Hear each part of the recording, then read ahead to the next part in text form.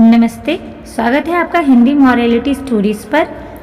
किसी गांव में एक सेठ रहता था। उसका एक ही बेटा था जो व्यापार के काम से परदेश गया हुआ था। सेठ की बहू एक दिन कुएं पर पानी भरने गई। घड़ा जब भर गया तो उसे उठाकर कुएं के मुंडेर पर रख दिया और अपना हाथ मुंह धोने लगी। तभी कहीं से 4 राहगीर वहां आ पहुंचे। एक राहगीर बोला, बहन, मैं बहुत प्यासा हूँ, क्या मुझे पानी पिला दोगी? सेठ की बहू को पानी पिलाने में थोड़ी झिझक महसूस हुई, क्योंकि वह उस समय कम कपड़े पहने हुए थी। उसके पास लोटा या गिलास भी नहीं था जिससे वह पानी पिला देती। इसी कारण वहाँ उन राहगीरों को पानी पिलाना उसे ठीक नहीं लगा।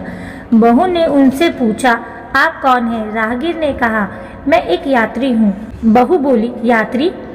तो संसार में केवल 2 ही होते हैं, आप उन दोनों में से कौन हैं? अगर आपने मेरे इस सवाल का सही जवाब दे दिया तो मैं आपको पानी पिला दूंगी, नहीं तो मैं पानी नहीं पिलाऊंगी। बेचारा राहगीर उसकी बात का कोई जवाब नहीं दे पाया। तभी दूसरे राहगीर ने पानी पिलाने की विनती की। बहू ने दूसरे राहगीर से पूछा, अच्छा तो आप बताइए कि आप कौन हैं? दूसरा राहगीर तुरंत बोल उठा, मैं तो एक गरीब आदमी हूँ।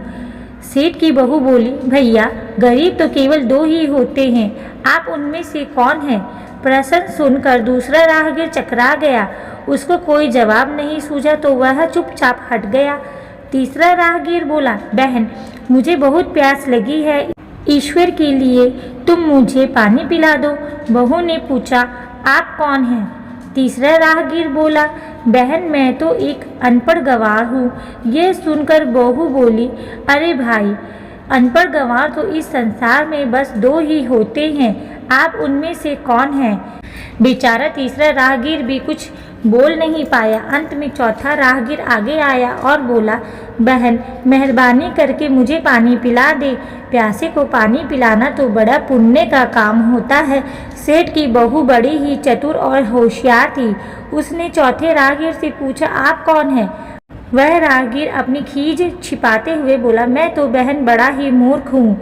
बहू ने कहा, मूर्ख तो संसार में केवल 2 ही होते हैं, आप उनमें से कौन हैं? वह बेचारा भी उसके प्रश्न का उत्तर नहीं दे सका। चारों पानी पिए बगैर ही वहाँ से जाने लगे तो बहू बोली, यहाँ से थोड़ी ही दूर पर मेरा घर है, आप लोग कृपया वहीं चलिए, मैं आप लोगों को पानी पिला दूंगी। चारों राहगीर उसके घर की तरफ चल पड़े। बहू ने इसी बीच पानी का घड़ा उठाया और छोटे रास्ते से अपने घर पहुंच गई। उसने घड़ा रख दिया और अपने कपड़े ठीक तरह से पहन लिए। इतने में वे चारों राहगीर उसके घर पहुंच गए। बहू ने उन सभी को गुड़ दिया और पानी पिलाया। पानी पीने के बाद वह राहगीर अपनी राह पर चल पड़े। सेठ उस समय घर में एक तरफ बैठा यह सब देख रहा था। उसे बड़ा दुख हुआ। वह सोचने लगा, इसका पति तो व्यापार करने के लिए परदेश गया है और यह उसकी गैर हाजिरी में पराये मर्दों को घर बुलाती है, उनके साथ हंसती बोलती है। इसे तो मेरा भी लिहाज नहीं है। यह सब देख अगर मैं चुप रह गया तो आगे से इसकी हिम्मत और बढ़ जाएगी। मेरे सामने इसे किसी से बोलते बतियाते शर्म नहीं आती तो मेरे पीछे ना जाने क्या क्या करती होगी। फिर एक बात यह भी है कि बीमारी कोई अपने आप ठीक नहीं होती, इसके लिए वैद्य के पास जाना पड़ता है। क्यों ना इसका फैसला राजा पर ही छोड़ दूं। यही सोचता हुआ है सीधा राजा के पास जा पहुंचा और अपनी परेशानी बताई। सेठ की सारी बातें सुनकर राजा ने उसी वक्त बहू को बुलाने के लिए सिपाही बुलावा भेजे और उनसे कहा, तुरंत सेठ की बहू को राजसभा में उपस्थित किया जाए।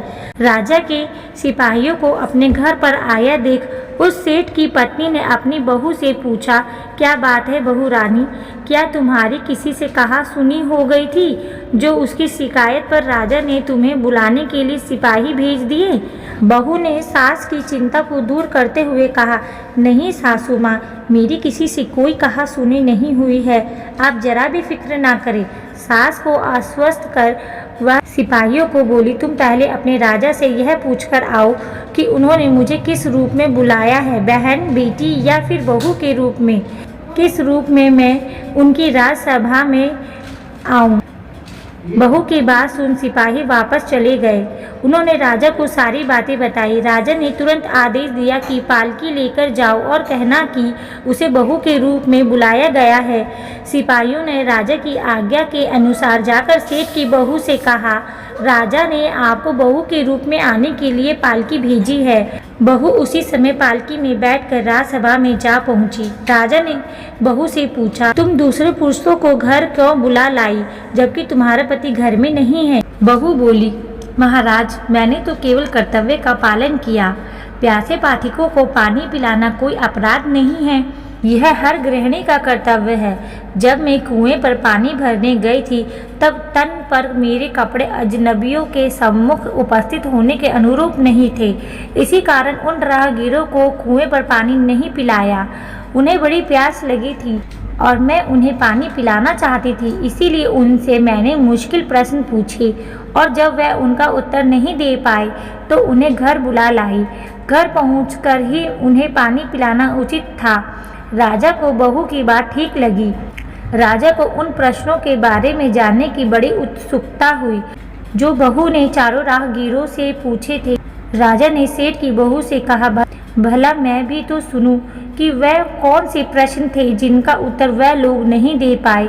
बहू ने तब वह सभी प्रश्न दोहरा दिए। बहू के प्रश्न सुन राजा और सभासद चकित रह गए।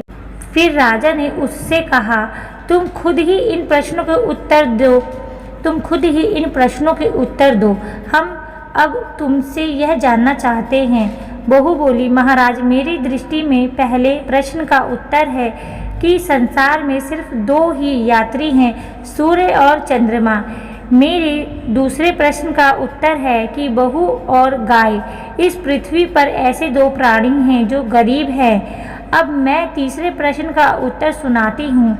महाराज, हर इंसान के साथ हमेशा अनपढ़ गंवारों की तरह जो हमेशा चलते रहते हैं, वह है भोजन और पानी। चौथे आदमी ने कहा था कि वह मूर्ख है और जब मैंने उससे पूछा कि मूर्ख तो दो ही होते हैं, तुम उनमें से कौन से मूर्ख हो, तो वह उत्तर नहीं दे पाया। इतना कहकर वह चुप हो गई। राजा ने बड़े आश्चर्य से पूछा, क्या तुम्हारी नज़र में इस संसार में सिर्फ दो ही मूर्ख हैं?